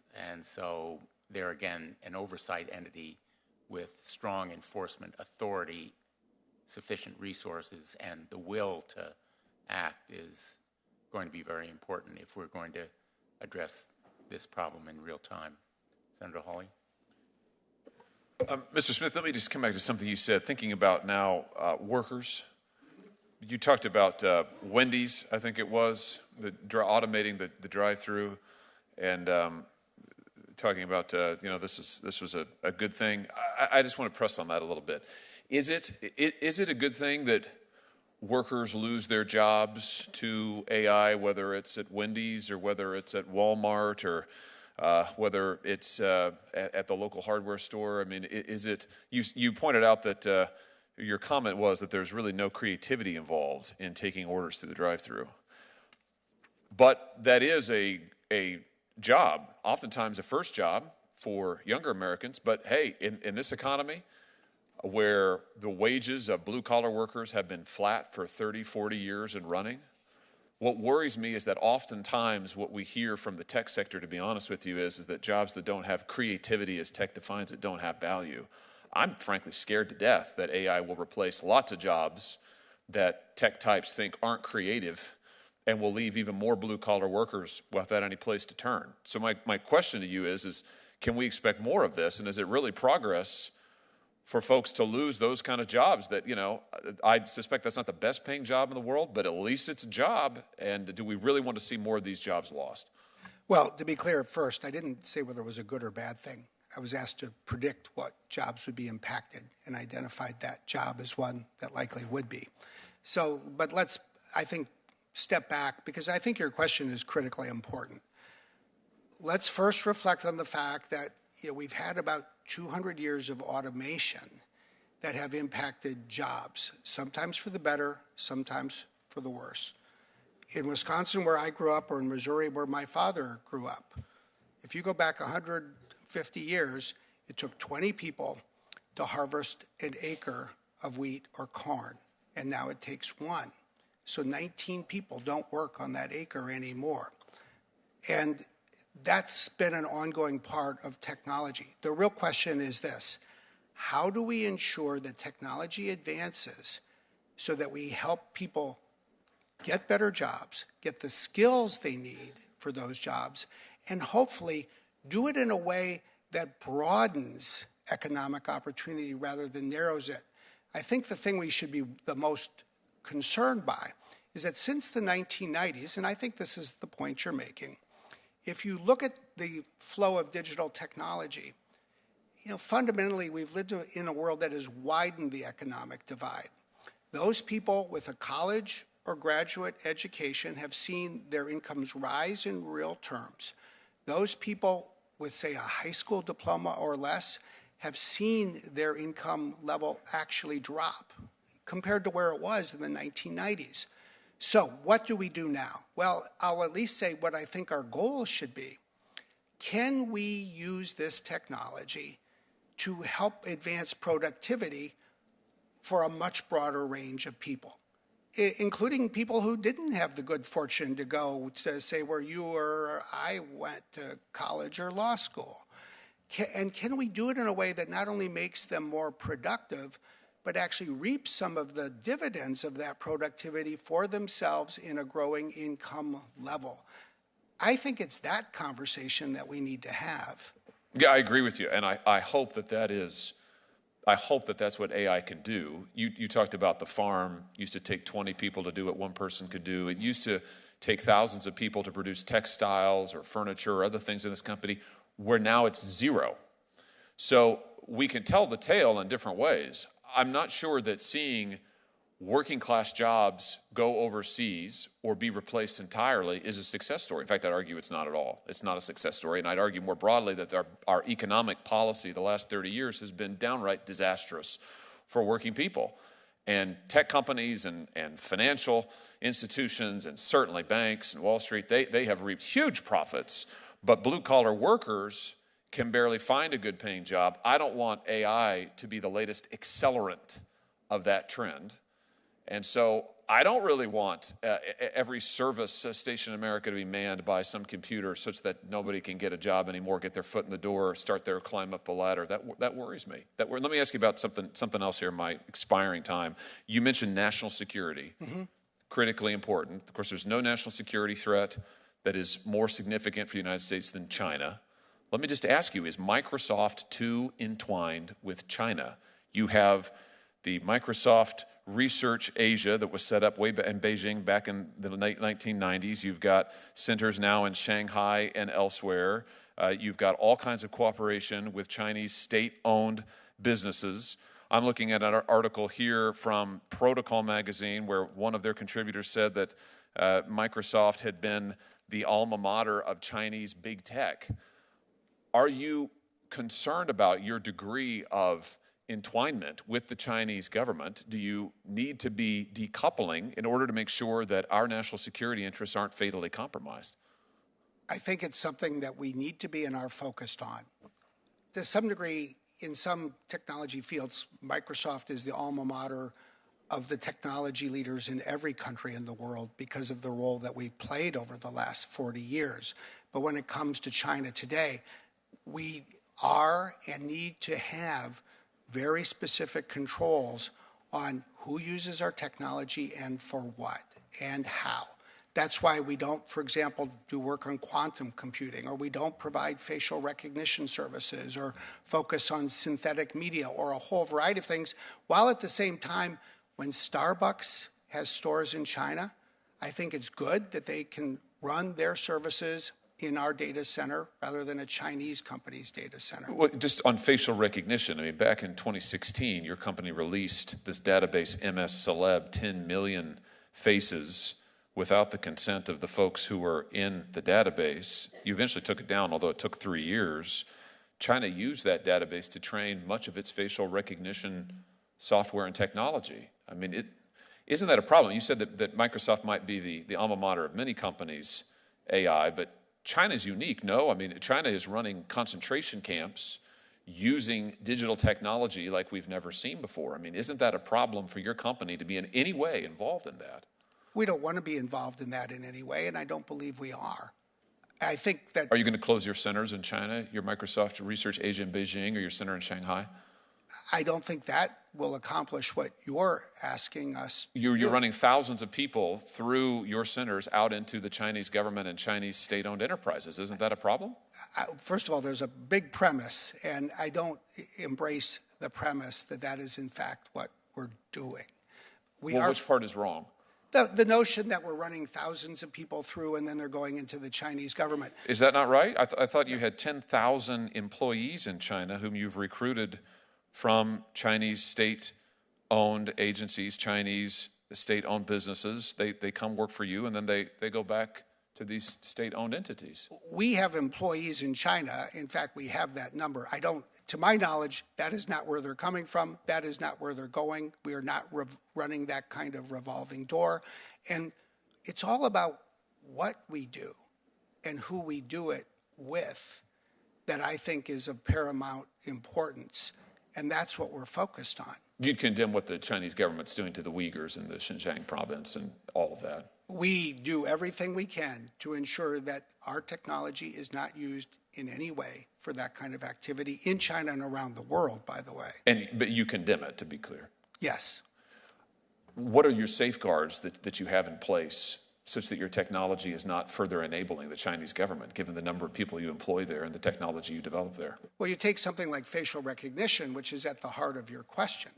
We have very tight controls that limit the use of facial recognition in China, including controls that in effect make it very difficult, if not impossible, to use it for any kind of real-time surveillance at all.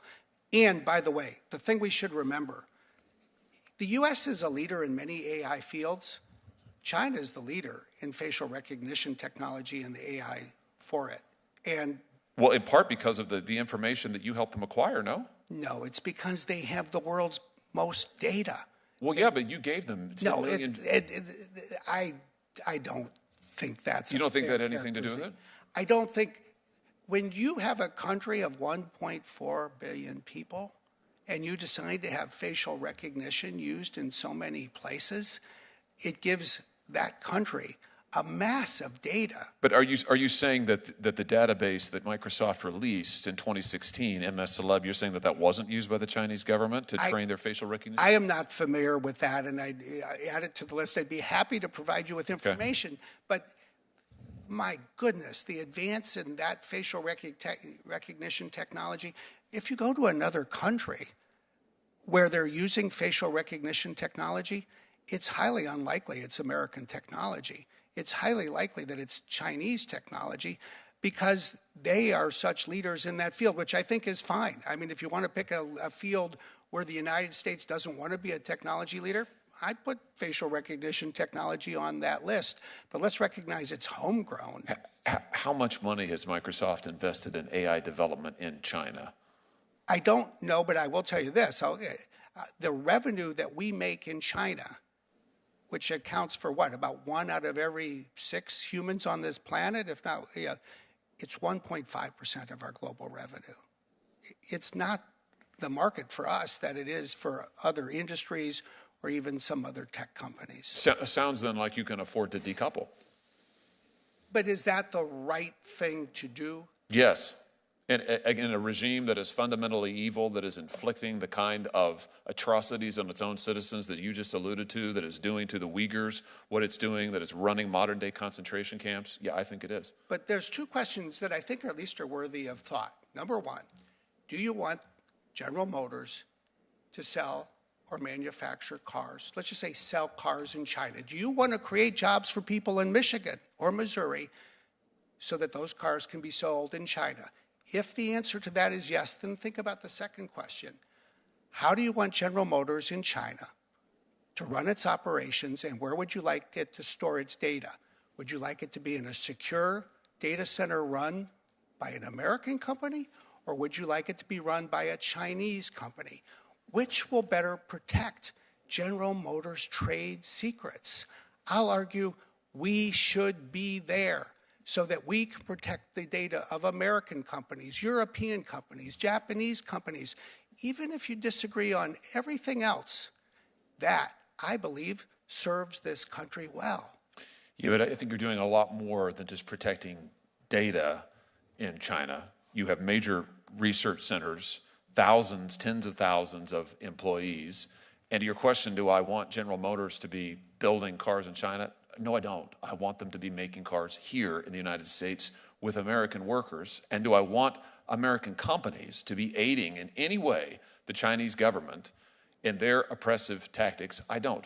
Senator Ossoff, would you like me to yield to you now? Are you ready? I am going to. I have been very hesitant to interrupt. Very patient. The discussion, the conversation here has been very interesting, and I'm going to call on Senator Ossoff, and then I have a couple of follow-up questions. Thank you, Mr. Chairman, and thank you all for your testimony.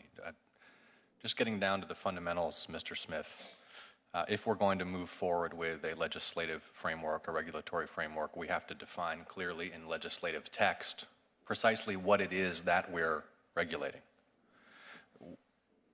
What is the scope of regulated activities, technologies, and products? So how should we consider that question? And how do we define the scope of technologies, the scope of services, the scope of products that should be subject to a regime of regulation that is focused on artificial intelligence? I think there's 3 layers of technology on which we need to focus in defining the scope of legislation and regulation. First is the area that has been the central focus of 2023 in the executive branch and here on Capitol Hill. It's these so-called frontier or foundation models that are the most powerful, say for something like generative AI.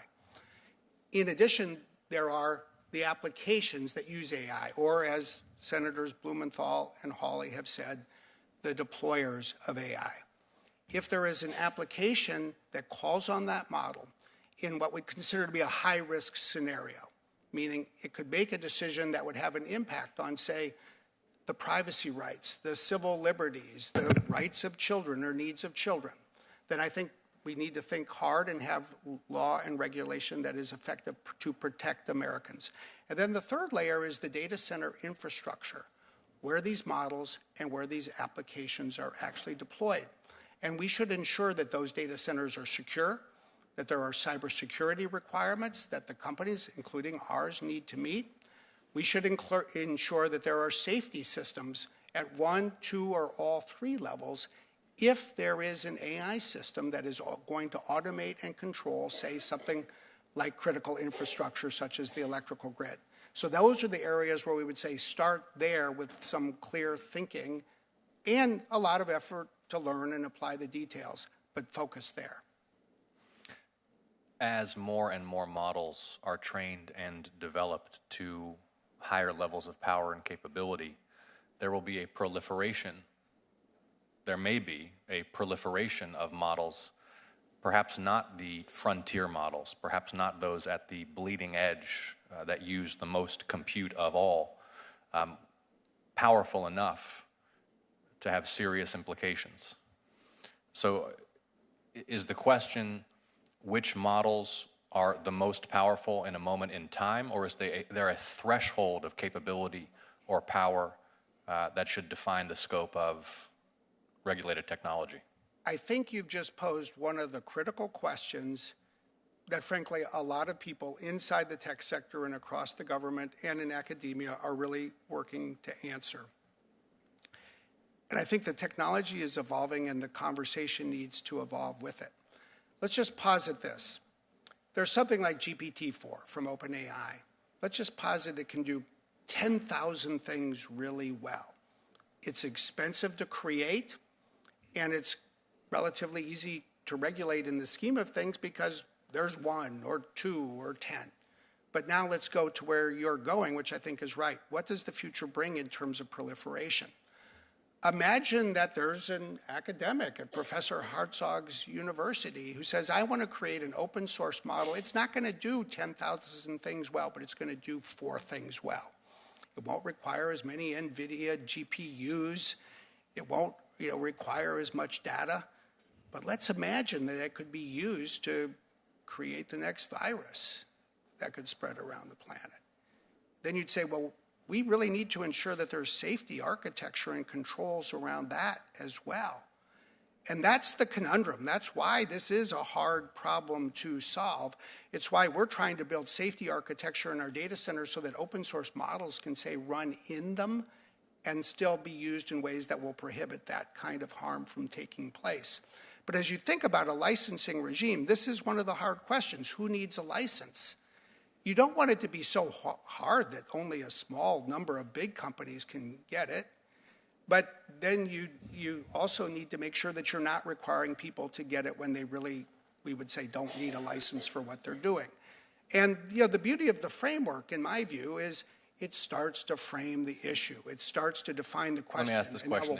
Is it a license to train a model to a certain level of capability? Is it a license to sell or license access to that model? Or is it a license to purchase or deploy that model? Who is the licensed entity? That's another question that is key and may have different answers in different scenarios, but mostly I would say it should be a license to deploy. That, I think that there may well be obligations to disclose to, say, an independent authority when a training run begins, depending on what the goal, when the training run ends, so that an oversight body can follow it, just the way, say, might happen when a company is building a new commercial airplane. And then what's emerging, the good news is there's emerging a foundation of, call it, best practices for then how the model should be trained, what kind of testing there should be, what harms should be addressed. That's a big topic that needs discussion. When you say, forgive me, Mr. Smith, when you say a license to deploy, do you mean, for example, if a Microsoft Office product which wishes to use GPT model for some user-serving purpose within your suite, you would need a license to deploy GPT in that way? Or do you mean that GPT would require a license to offer to Microsoft? And putting aside whether or not this is a plausible commercial scenario, the question is, what's the structure of the licensing arrangement? In this case, it's more the latter. Imagine, look, think about it like Boeing. Boeing builds a new plane. Before it can sell it to United Airlines and United Airlines can start to fly it, the FAA is going to certify that it's safe. Now imagine we're at, call it GPT-12, whatever you want to name it. Before that gets released for use, I think you can imagine a licensing regime that would say that it needs to be licensed after it's been, in effect, certified as safe. And then you have to ask yourself, well, how do you make that work so that we don't have the government slow everything down? And what I would say is you bring together three things. First, you need industry standards so that you have a common foundation and well-understood way as to how training should take place. Second, you need national regulation. And third, if we're going to have a global economy, at least in the countries where we want these things to work, you probably need a level of international coordination. And I'd say look at the world of civil aviation. That's fundamentally how it has worked since the 1940s. Let's try to learn from it and see how we might apply something like that or other models here. Mr. Daly, how would you respond to the question in a field where the technical capabilities are accelerating at a rapid rate, future rate unknown, where and according to what standard or metric or definition of power do we draw the line for what requires a license for deployment and what can be freely deployed without oversight by the government? I think it's a tough question because I think you have to balance two important considerations. The first is, the risks presented by a model of whatever power, and on the other side is the fact that we would like to ensure that the U.S. stays ahead in this field, and to do that we want to make sure that individual academics and entrepreneurs with a good idea can move forward and innovate and deploy models without huge barriers. So it's the capability of the model, it's the risk presented by its deployment without oversight? Is that because the thing is, we're going to have to write legislation, and the legislation is going to have to, in words, define the scope of regulated products. And so we're going to have to bound that which is subject to a licensing arrangement or wherever we land, and that which is not. So I think it is what risk. is the very, and so how do you, And it's dependent on the application, because if you have a model which is, basically determining a medical procedure, there's a high risk with that, depending on the patient outcome. If you have another model which is, controlling the temperature in your building, if it gets a little bit wrong, you may be, consume a little bit too much power, or maybe, you're not as comfortable as you would be, but it's not a life-threatening situation. So I think you need to regulate the things that have high consequences if the model goes awry. and I'm on the chairman's borrowed time, so just tap the gavel when you want me to stop. You had to wait. That's true. So we'll give you a couple Okay, good. extra minutes. Okay, Professor, and I'd be curious to hear from others as concisely with respect for the chairman's follow-ups. How does any of this work without international law? I mean, isn't it correct that a model, potentially a very powerful and dangerous model, for example, whose purpose is to unlock CBRN or mass destructive virological capabilities to a relatively unsophisticated actor, once trained, it's relatively lightweight to transport, and without an international legal system, and B, a level of surveillance that seems inconceivable into the flow of data across the internet, how can that be controlled and policed? It's a great question, Senator, and with respect to being efficient in my answer, I'll simply say that there are going to be limits. Even assuming that we do need international cooperation, which I would agree with you, I mean, we've already started thinking about ways in which For example, within the EU, which has already deployed some significant AI regulation, we might design frameworks that are compatible with that require some sort of interaction. But ultimately, what I worry about is actually deploying a level of surveillance that we've never before seen in an attempt to perfectly capture the entire chain of AI, and that's simply not possible. And I share that concern about privacy, which is in part why I raised the point. I mean, how can we know what folks are loading a lightweight model once trained onto perhaps a device that's not even online anymore? Right. I mean, there are limits, I think, to what we'll ever be able to know. Either of you want to take a stab before I get gavelled out here? I would just say you're right. There's going to need to be a need for international coordination. I think it's more likely to come from like-minded governments than perhaps global governance, at least in the initial years. I do think there's a lot we can learn. We were talking with Senator Blackburn about the SWIFT system for financial transactions. And somehow we've managed globally, and especially in the United States, for 30 years to have know your customer requirements, obligations for banks. Money has moved around the world. Nothing is perfect. I mean, that's why we have laws. But it's worked to do a lot of good to protect against, say, terrorist or criminal uses of money that would cause concern. Well, I think you're right in that these models are very portable. You could put the parameters of most models, even the very large ones, on a large USB drive and carry it with you somewhere.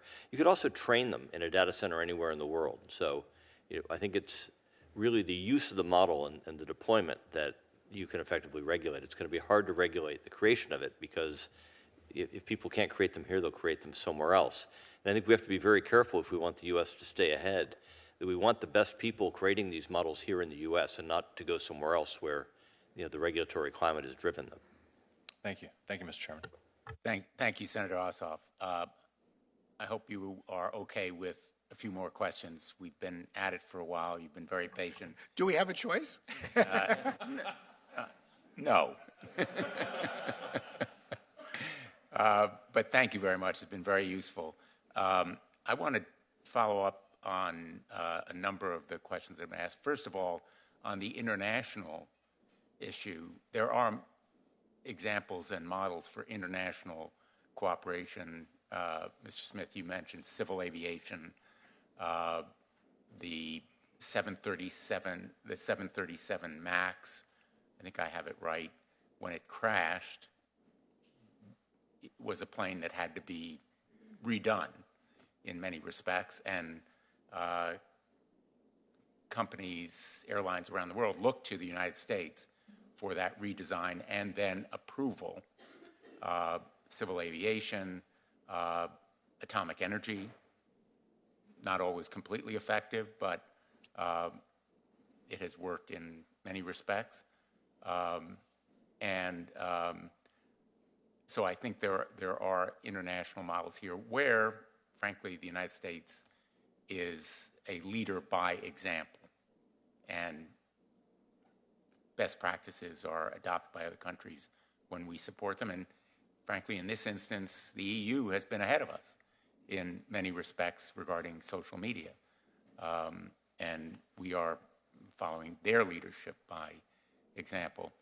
I want to come to this issue of having centers, whether they're in China or, for that matter, elsewhere in the world, requiring safeguards so that we are not allowing our technology to be misused in China against the Uyghurs, and preventing that technology from being stolen or people we train there from serving bad purposes. Are you satisfied, Mr. Smith, that it is possible, in fact, that you are doing it in China, that is preventing the evils that could result from doing business there in that way?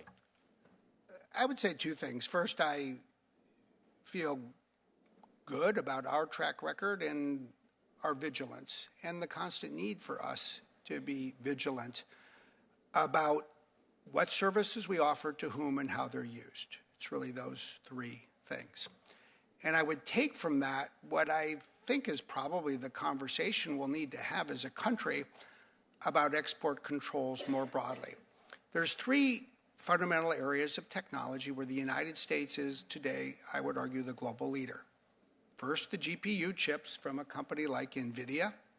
Second, the cloud infrastructure from a company like, say, Microsoft. And the third is the foundation model from a firm such as OpenAI. And of course, Google and AWS and other companies are global leaders as well. And I think if we want to feel that we're good in creating jobs in the United States by inventing and manufacturing here, as you said, Senator Hawley, which I completely endorse, and good that technology is being used properly, we probably need an export control regime that weaves those three things together. For example, there might be a country in the world, let's just set aside China for a moment, leave that out. There's another country where you all in the executive branch would say, we have some qualms, but we want U.S. technology to be present, and we want U.S. technology to be used properly, the way that would make you feel good. You might say, then we'll let NVIDIA export chips to that country to be used in, say, a data center of a company that we trust, that is licensed, even here, for that use, with the model being used in a secure way in that data center, with a know your customer requirement, and with guardrails that put certain kinds of use off limits. That may well be where government policy needs to go and how the tech sector needs to support the government and work with the government to make it a reality. I think that that answer is very insightful and raises other questions. I would kind of analogize this situation to nuclear proliferation. We cooperate over safety in some respects with other countries, some of them adversaries, but we still do everything in our power to prevent American companies from helping China or Russia in their nuclear programs. Part of that non-proliferation effort is through export controls.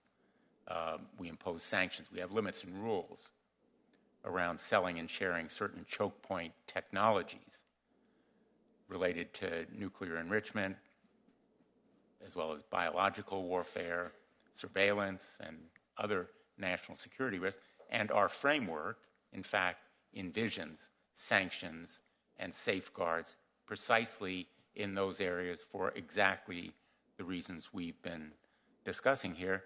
Last October, the Biden administration used existing legal authorities as a first step in blocking the sale of some high-performance chips and equipment to make those chips to China. And our framework calls for export controls and sanctions and legal restrictions. So I guess a question that we will be discussing, we're not going to resolve it today, regrettably, but we would appreciate your input going forward, and I'm inviting any of the listening audience here in the room or elsewhere to participate in this conversation on this issue and others.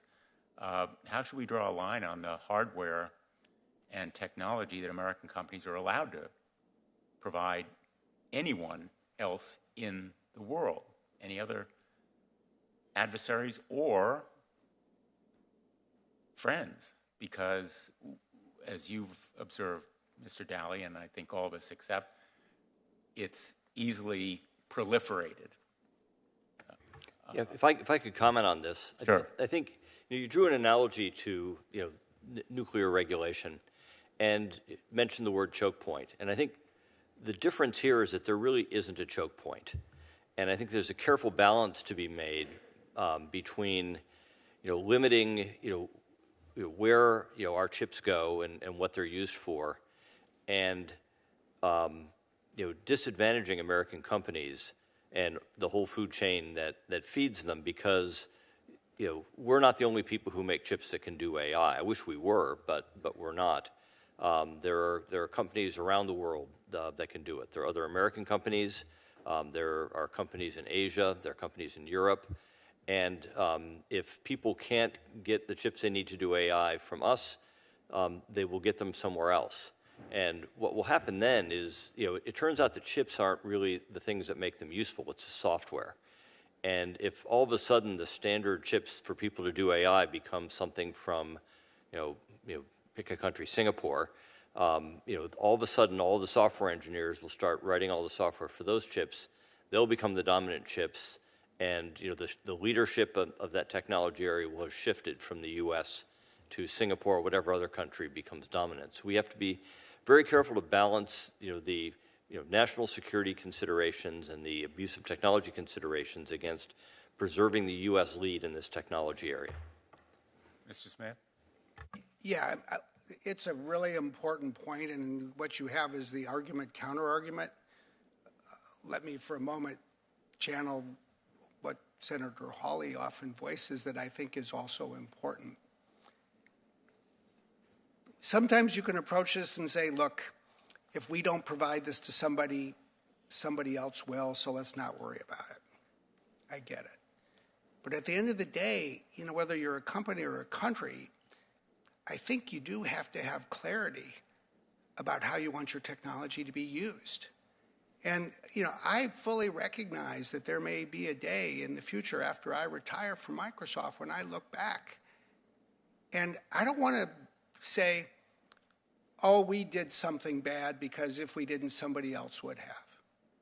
I want to say, no, we had clear values and we had principles and we had in place guardrails and protections, and we turned down sales so that somebody couldn't use our technology to abuse other people's rights.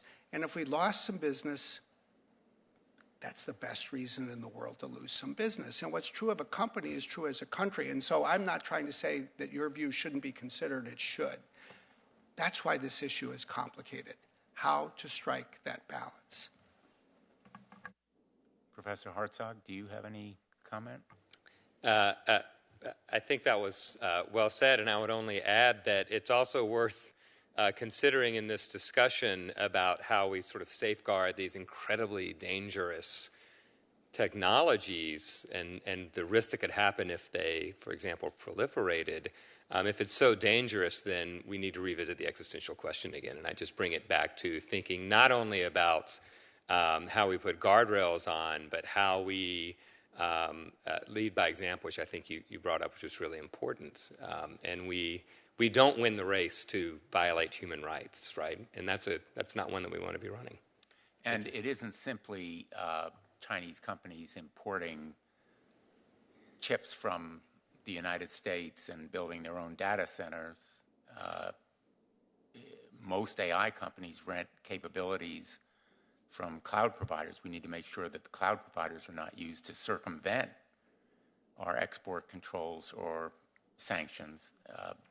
Mr. Smith, you raised the know your customer rules. Knowing your customers would require AI cloud providers whose models are deployed to know what companies are using those models. If you're leasing out a supercomputer, you need to make sure that your customer isn't the People's Liberation Army, that it isn't being used to subjugate Uyghurs, that it isn't used to do facial recognitions on dissidents or opponents in Iran, for example.